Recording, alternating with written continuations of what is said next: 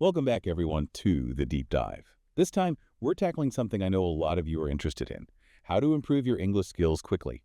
And effectively. Exactly. No time for messing around, right? Yeah. So, we're diving deep. Pun intended. Yeah, I guess so. We're diving deep into an article from top universities called 7 Ways to Quickly Improve Your English Language Skills. And trust me, some of their advice is not your typical stuff. So are they saying we dip the textbooks altogether? Spill the tea? Well, not exactly, but they definitely emphasize going beyond just the classroom. Okay. So what kind of unconventional wisdom are we talking about here? One that really stood out to me was the idea of watching movies in English. Okay, but like any movies, like Yeah. even just my usual Netflix binge. Exactly. It doesn't have to be super serious educational stuff. So you're telling me my guilty pleasure shows are actually low-key helping my English? In a way, yeah. It's all about absorbing the natural rhythm of the language, the idioms, the slang, how people actually talk. That makes sense. The more you hear it, the more it kind of seeps into your own way of speaking. Precisely. The article specifically recommends David Attenborough documentaries. Oh, love him. Right. Clear narration, fascinating vocabulary, plus you learn about nature too. 2 birds, 1 stone. Okay, I'm sold on the Attenborough documentaries. Yeah.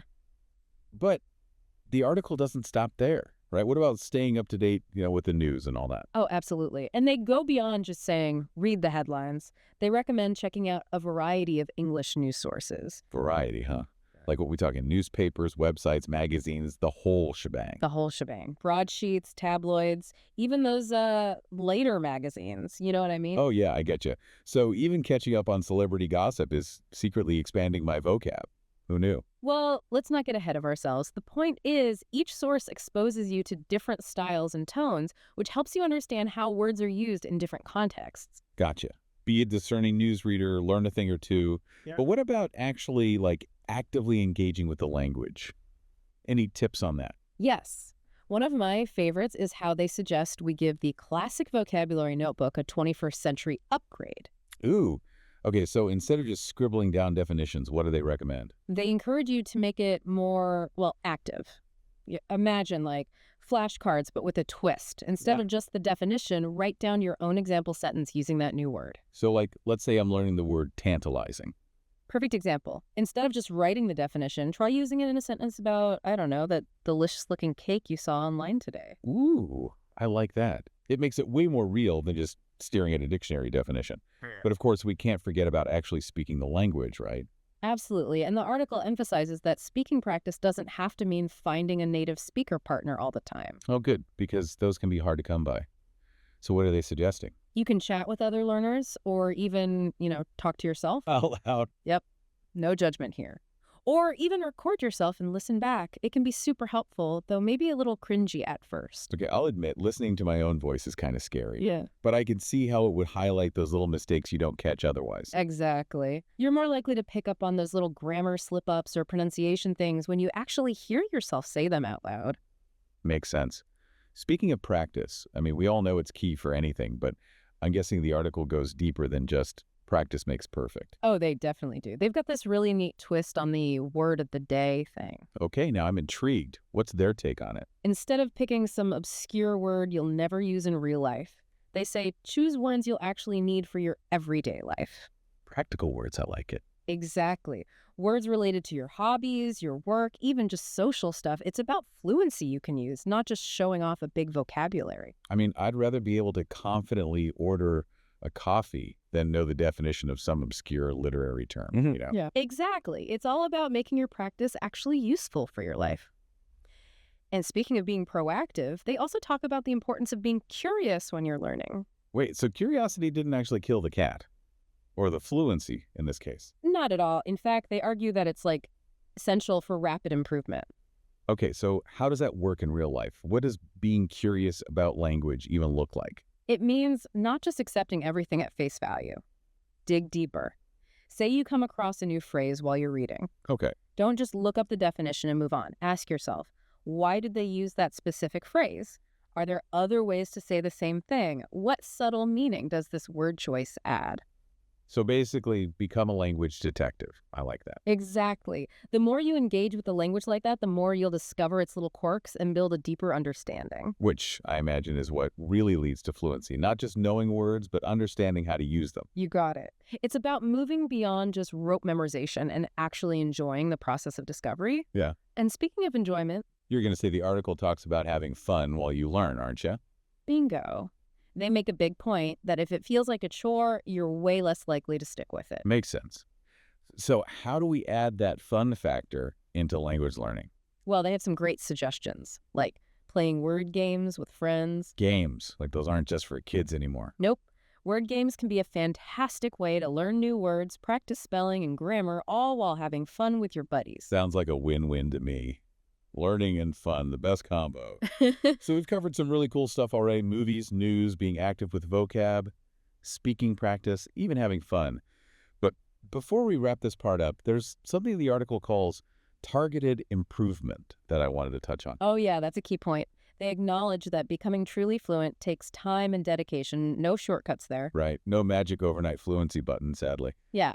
They also say that if you focus your energy on the areas you need to improve the most, you'll see way faster results than trying to improve everything at once. So work smarter, not harder kind of thing. Figure out my weak spots and focus on those. Exactly. For example, if grammar is your nemesis, spend extra time on that.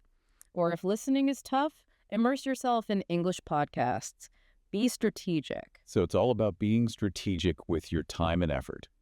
Makes sense. But before we move on, I got to ask, any more thoughts on that fun factor? We touched on it earlier, but is there anything else the article suggests for keeping things, enjoyable? Oh, yeah, definitely. And it actually ties back to something we were talking about before. Remember curiosity. Yeah, the language detective thing. Right. The article says one of the best ways to make learning fun is to approach it with that same sense of wonder, like you're exploring something new. So instead of just memorizing rules and vocab, we should be asking questions and digging deeper. Exactly. Like, remember that example about coming across a new phrase while you're reading? Yeah, don't just look it up and move on. Right. Instead, try to figure out why they use that particular phrase. Are there other ways to say the same thing? What little nuances does that specific word choice add? It's like turning language learning into a game, almost, like a puzzle to solve. Exactly. And when you approach it that way, it doesn't feel like a chore anymore. It's actually engaging. That's so true. I mean, when you're genuinely curious about something, it makes learning way more fun. And speaking of fun, the article also talks about incorporating activities we already enjoy into our language learning. Absolutely. Like joining a book club, watching movies or TV shows in English, even listening to music or podcasts. So basically making English part of your everyday life, not just something you study. Exactly. It's all about immersing yourself in the language and absorbing it naturally. And they mentioned word games too, remember? Oh yeah, but not just like crosswords and Scrabble, right? Nope. They're talking about online games, apps, even just challenging your friends to a vocab duel over coffee. I love that idea. Yeah. Sounds like a fun way to learn without even realizing it. Precisely. And they specifically mention how word games can help boost your critical thinking skills too, which is a nice bonus. So win-win. You're having fun and sharpening your mind. But before we go too far down the fun rabbit hole, I think it's important to remember what the article said about setting realistic expectations. Oh, for sure. That's a big one. We often get caught up in the idea of finding a quick fix for language learning, like there's some magic secret. Yeah, we all want to believe there's a shortcut to fluency. But the truth is, it takes time and consistent effort. And that's okay. The article encourages us to embrace the process and enjoy the journey. So instead of getting discouraged when we hit those inevitable bumps in the road, we should focus on celebrating the small wins along the way. Exactly. Every new word you learn, every conversation you have, every time you understand a little bit more, those are all reasons to celebrate. It's about recognizing that progress isn't always about huge leaps. Sometimes it's about those small steps forward. Absolutely. And remember, there's no one-size-fits-all approach to language learning. What works for one person might not work for another. Right, like some people might prefer structured lessons, while others might learn better through immersion. Exactly. The key is to experiment, find what you enjoy, and make language learning a part of your life, not a chore. That's a great point. And that brings us to the end of part 2 of our deep dive into quickly improving your English skills. We've covered some fantastic strategies so far, from unconventional learning methods to the importance of curiosity and realistic expectations. But we're not done yet. In the final part of our deep dive, we'll explore one last tip from the article that can really help take your English fluency to the next level. Ooh, cliffhanger. Stay tuned, folks. We'll be right back after a quick break. And we're back, ready for the grand finale of our English-boosting deep dive. Let's do it. We've covered a lot of ground already, but the article's got one final tip that's kind of special. Lay it on us. What's the secret weapon for taking our English skills to the next level? It's all about cultivating what they call linguistic mindfulness in our everyday lives. Linguistic mindfulness. Yeah. Okay, you're going to have to break that down for me. Basically, it means paying close attention to the language you encounter all around you. You know, not just when you're actively studying. So, like in conversations, books, even just random signs and stuff? Exactly. Instead of just letting the words wash over you, really try to engage with them. Notice those interesting phrases, the way people choose their words, all those little details. So it's like becoming more aware of the language that's constantly around us and actually learning from it. You got it. And they suggest this cool little exercise. Pick one word each day that kind of sparks your interest. Any word, like even just a random one from the dictionary. It could be one you've never seen before, or one you thought you knew but realize you don't really understand, you know? Okay, I can see how that would keep things interesting. It's like a daily language challenge, right? Yeah, exactly. And once you've got your word for the day, What's next? that's where the real fun starts. Go deep. Look up its etymology, the different ways it can be used, its synonyms, antonyms, the whole 9 yards. Don't just settle for the first definition on Google, basically. Right. Dig deeper, explore those nuances, really understand the richness of the word.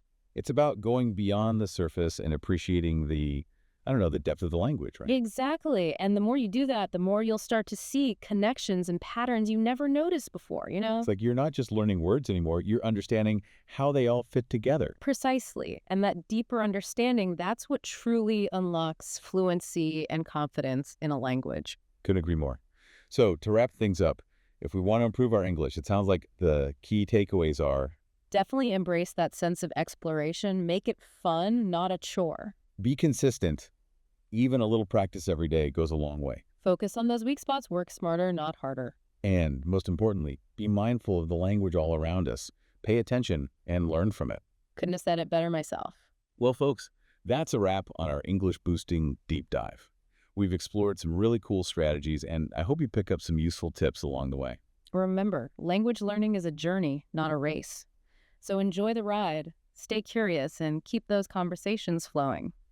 Until next time, happy learning, everyone.